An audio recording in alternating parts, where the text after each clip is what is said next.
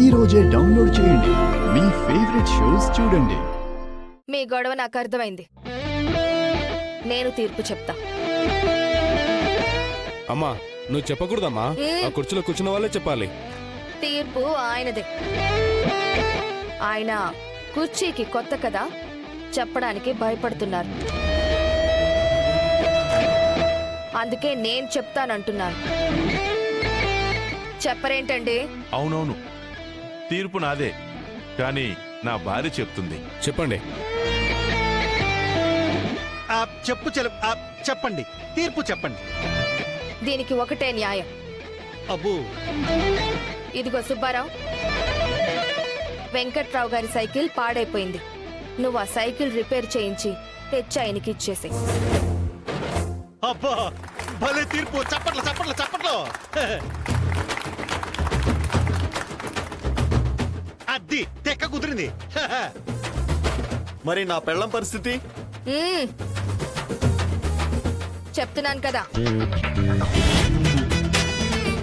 అన్నింటికి కంగారు. ఓ, కంగారు పడిపోతాడు. చెప్పండి మీరు.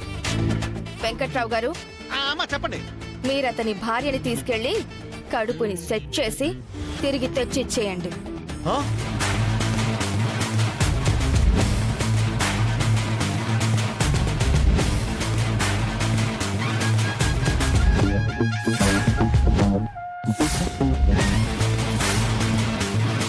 సరేనమ్మా, నీ తీర్పు.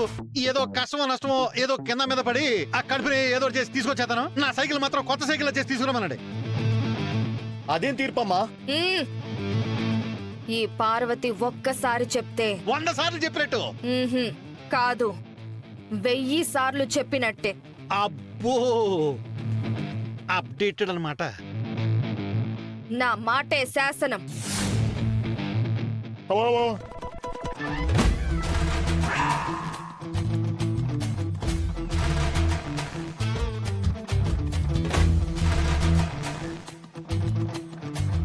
నువ్వు ఆ సైకిల్ రిపేర్ చేసి తెచ్చి ఆయనకిచ్చే. మీరు అతని భార్యని తీసుకుని వెళ్ళి కడుపుని సెట్ చేసి తిరిగి తెచ్చిచ్చేయండి. అమ్మ చెల్లెమ్మ, ఏంటమ్మా నువ్వు ఇచ్చిన తీర్పు? అలా చేస్తే నా పద్మ నన్ను చంపేస్తుంది. నేను చేయలేను. బామ్మర్ది నువ్వైనా. బామ్మర్ది జంపు, నేను కూడా జంప్. అమ్మా, ఒక భార్యకి ఇంకో మొగుడిని కడుపు చేయమంటావా? ఇలాంటి వాళ్ళకి పెత్తనం ఇస్తే ఊరంతా వల్ల కడైపోతుంది. అసలు ఇలాంటి దిక్కుమాలిన తీర్పు ఇస్తావా?